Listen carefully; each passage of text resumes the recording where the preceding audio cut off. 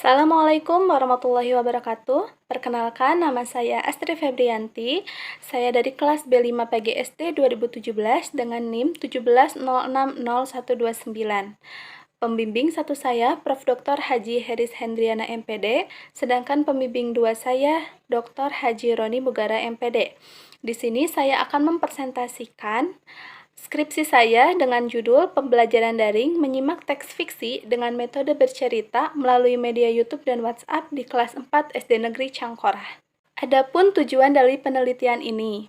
Tujuan penelitian ini untuk menelaah skenario dan implementasi menyimak teks fiksi pada pembelajaran daring melalui media YouTube dan WhatsApp. Lalu respon siswa dan guru kelas 4 SD terhadap menyimak teks fiksi pada pembelajaran daring melalui media YouTube dan WhatsApp. Selanjutnya, kendala-kendala yang dihadapi oleh guru dan siswa pada saat mengimplementasikan pembelajaran daring menyimak teks fiksi melalui media YouTube dan WhatsApp. Dan terakhir, kesulitan siswa kelas 4 SD pada saat mengikuti pembelajaran daring menyimak teks fiksi melalui media YouTube dan WhatsApp. Adapun yang melatar belakangi penelitian ini, yang pertama pembelajaran daring pada saat pandemi. Seperti yang kita tahu bahwa pandemi COVID-19 sedang mewabah di seluruh dunia. Pada tanggal 24 Maret 2020, Menteri Pendidikan dan Kebudayaan Republik Indonesia mengeluarkan Surat Edaran Nomor 4 Tahun 2020 tentang pelaksanaan kebijakan pendidikan dalam masa pandemi COVID-19. Surat edaran tersebut menjelaskan bahwa proses belajar dilaksanakan di rumah melalui pembelajaran daring atau jarak jauh guna untuk memberikan pengalaman belajar yang bermakna bagi siswa. Dalam pembelajaran daring, kita dapat memanfaatkan teknologi multimedia seperti video, animasi, pesan suara, email, konferensi, ataupun video online streaming. Hal tersebut dikemukakan oleh Tom dalam Yanti dan kawan-kawan 2020. Lalu yang melatar belakangi penelitian ini yaitu menyimak teks fiksi dalam pembelajaran bahasa Indonesia. Menyimak dapat meningkatkan kualitas berbicara seseorang, karena penyimak yang baik adalah penyimak yang dapat memahami dan mencerna apa yang disimaknya.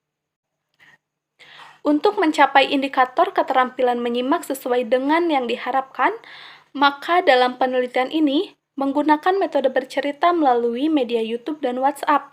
Dengan begitu, diharap peserta didik dapat tetap melaksanakan pembelajaran yang bermakna walaupun melalui pembelajaran daring. Metode bercerita merupakan salah satu kegiatan yang dilakukan oleh seseorang secara lisan.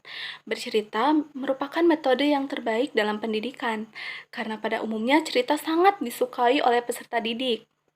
Selanjutnya, hal yang melatar belakangi dalam penelitian ini yaitu YouTube dan WhatsApp sebagai media pembelajaran di SD pada masa pandemi. Tidak semua peserta didik memiliki telepon genggamnya sendiri, dan tidak semua orang tua selalu dapat mendampingi peserta didik di jam pembelajaran berlangsung. Maka dari itu, salah satu media yang dapat digunakan pada waktu dan tempat yang fleksibel adalah YouTube dan WhatsApp, sebagai tempat untuk membagi link atau tugas yang diberikan oleh pendidik. Hal ini sejalan dengan pendapat dari Mujianto 2019 bahwa perkembangan YouTube sebagai salah satu media sosial yang paling digemari merupakan sebuah peluang dalam dunia pendidikan. YouTube sangat populer di antara kalangan anak muda hingga dewasa. YouTube juga dapat dimanfaatkan oleh lembaga pendidikan sebagai media ajar yang disukai oleh peserta didik.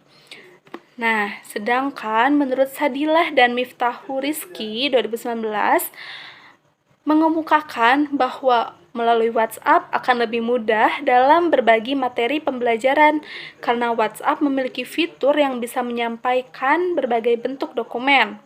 Selain itu, bisa juga untuk berbagi dokumen, meneruskan pesan dengan mudah, sehingga memudahkan siswa untuk berbagi pesan kepada teman-temannya.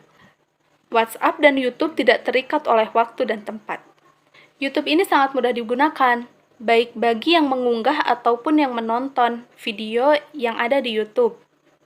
Selanjutnya terdapat metode.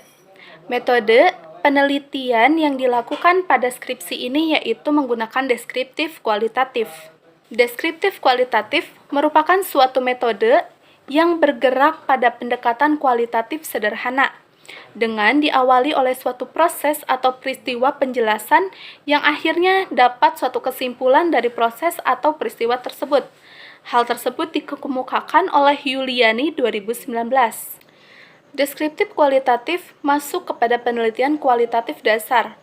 Penelitian dilakukan dengan cara mengamati, mencatat, bertanya, dan mengawali informasi dari hasil observasi, wawancara, dan tes tertulis yang disusun secara deskriptif berupa pemaparan mengenai situasi dan kondisi yang terjadi pada objek penelitian. Objek penelitian yang dilakukan di penelitian ini yaitu siswa kelas 4 SD Negeri Cangkorah yang berjumlah 17 siswa, 10 siswa laki-laki dan 7 siswa perempuan.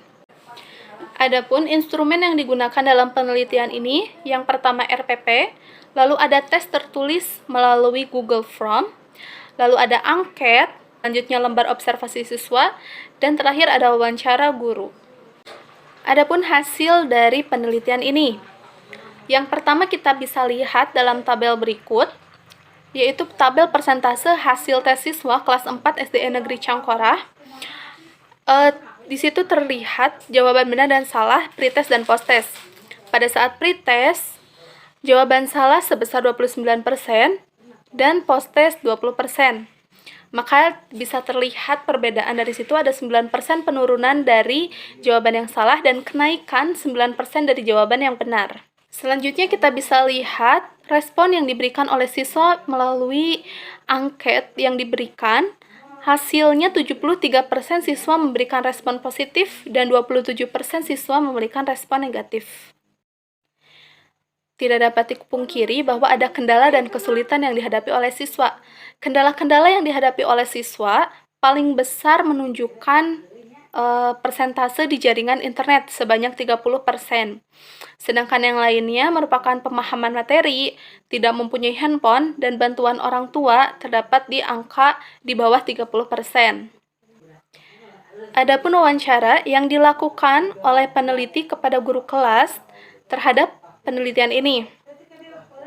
Pada saat ditanya tentang kendala, guru tersebut menjawab, sebagian besar orang tua dan siswa tidak memiliki handphone, serta keterlibatan orang tua dalam pembelajaran. Selanjutnya, susahnya sinyal yang menjadi kendala terbesar dalam pembelajaran daring ini. Sedangkan pendapat dari guru tersebut mengenai penelitian ini sangat baik untuk pembelajaran saat ini, karena tidak adanya tatap muka, maka YouTube dan WhatsApp merupakan salah satu pilihan yang paling efektif dalam pembelajaran. Maka dapat disimpulkan, pada skenario dan implementasi sebelum memulai pembelajaran daring, maka dilakukan rancangan, pembuatan video, dan dilakukan pelaksanaan pembelajaran kepada peserta didik melalui WhatsApp dan YouTube.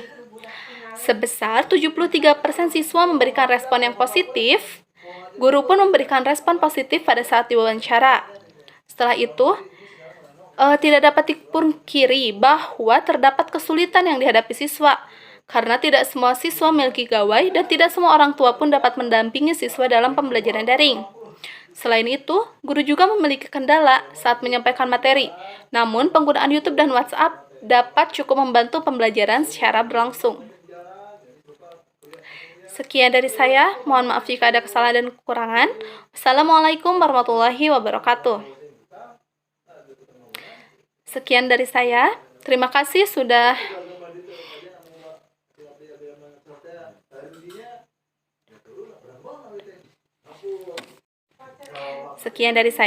Mohon maaf jika ada kesalahan dan kekurangan dalam penyampaiannya.